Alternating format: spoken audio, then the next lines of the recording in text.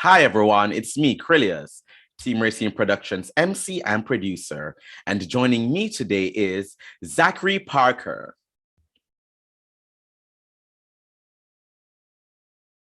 Hey, Zachary, welcome. Thank you for having me. It is great to see you again. I want to kick this all off with just having you introduce yourself to our viewers and give us a little bit about your background. Thank you. I am Zachary Parker. I am the current Ward 5 representative and immediate past president of our DC State Board of Education, or our school board for those that may refer to it as such.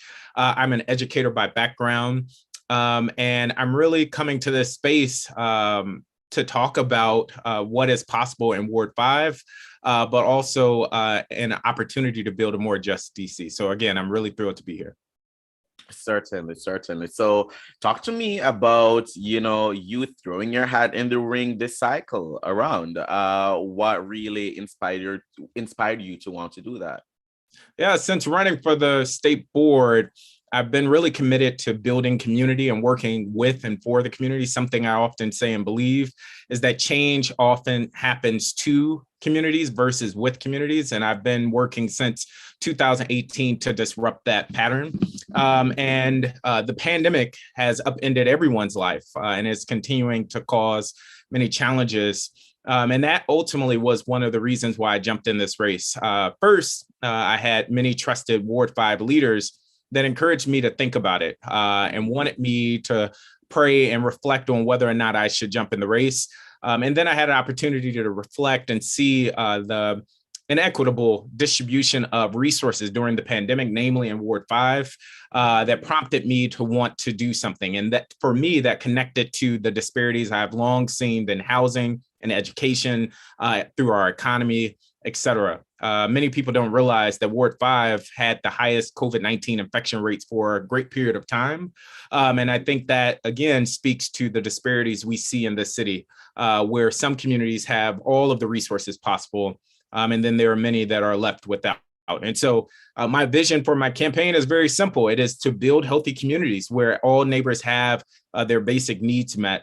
And in order to do that, we need a leader that is able to work with and for the community to bring about change, but that also is willing to have the courage to disrupt the status quo.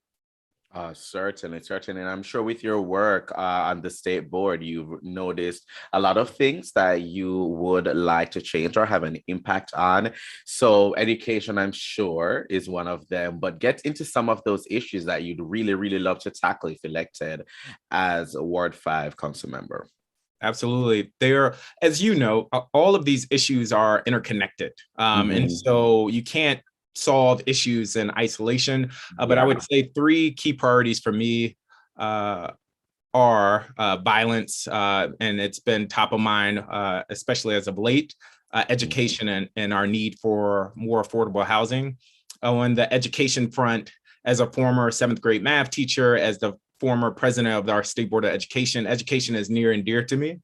And we as a city need to think about what are our system-wide supports that we're going to have and put in place to make sure we're supporting our schools, to make sure that parents can trust that their child is going to be afforded a quality education from PK all the way through high school. And that currently is not the case. And we, like I mentioned before, see disparities in the types of school options that many of our communities and families are provided.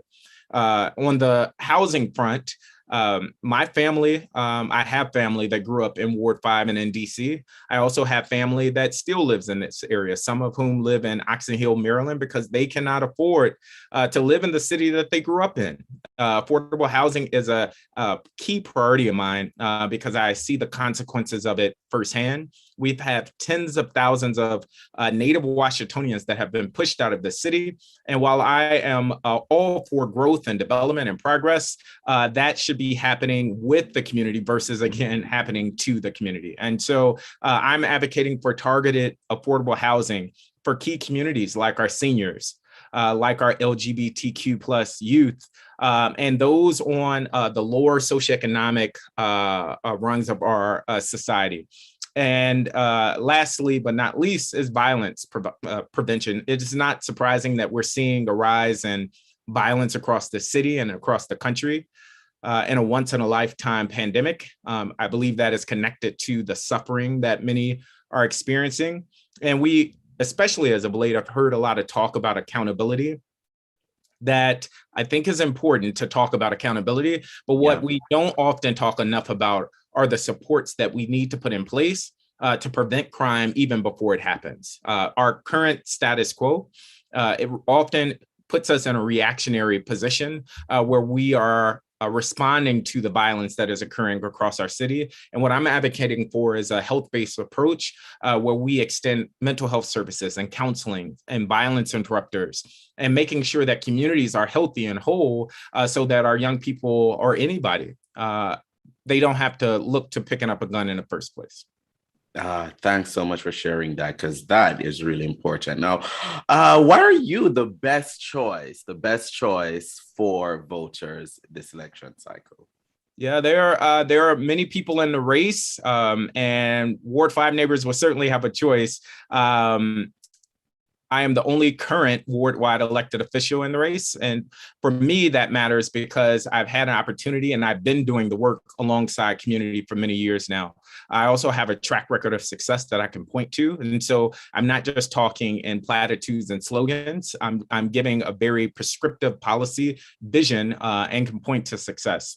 I think more importantly, though, why I am the candidate that I'm hoping Ward 5 neighbors choose is because we have a once-in-a-lifetime opportunity to emerge from this pandemic, to disrupt the systems that perpetuate violence, perpetuate poverty, perpetuate displacement.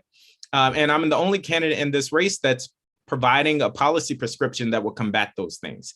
Put differently, what this Ward 5 council race amounts to is the status quo, or our community taking a bold step forward in a different direction. I am also a great leader, and what I've known to be true and what I've learned is in order to be an effective representative and certainly an effective council member, you need to listen to your community, you need to be present, and all of those are qualities that I've demonstrated. Thanks so much for that. Now, when does voting begin for Ward 5 council member? Yeah, the primary election date is June 21st. That in DC, in many ways, will effectively decide who our next council member will be, given the Democratic primary. Early voting will start, I believe, on June 10th. Ballots will be mailed out and folk will have an opportunity to vote at home in the comfort of their home, or they will be able to go to a variety of voting locations throughout Ward 5 or the city. Certainly. And to our viewers who are watching, you can go ahead and check your voter status or register to vote by going to HeadCount.org. Once again, that's HeadCount.org. Now, Zachary, if people want to keep up with you, keep up with what you're doing, find out more information, donate, support in any way they can, how can they go about and do that? Yes, thank you for that question. If you are interested in learning more, you can visit Zachary4ward5.com. That is ZACHARYFORWARD, the number 5.com. You can follow me on social media on Twitter, Facebook, Instagram, and TikTok at Zachary4ward5. And I hope that you will get involved, sign up to volunteer, knock doors, make phone calls with us, pitch in to help us fuel our campaign to reach more neighbors. There is not any more important council race, and I would argue election this cycle than the Ward 5 council race, because it will determine the direction our city goes in, and it will decide the future of Ward 5. Thank you so much. To all our viewers, the links for that will be in the description below. So you can go ahead and check it out and check out what Zachary's campaign has to offer and get more information and donate and support. So Zachary, thank you so much for joining me today. It has been such a pleasure, and I wish you best of luck on your campaign. Thank you. Thank you. I am a big fan of Team Racine, and I appreciate you having me. Thank you. It's certainly our pleasure. And to everyone that is watching, please make sure that you go ahead and follow Team Racine Productions on all forms of social media, like and subscribe to our YouTube channel. And most of all, thank you for watching. Bye, everyone.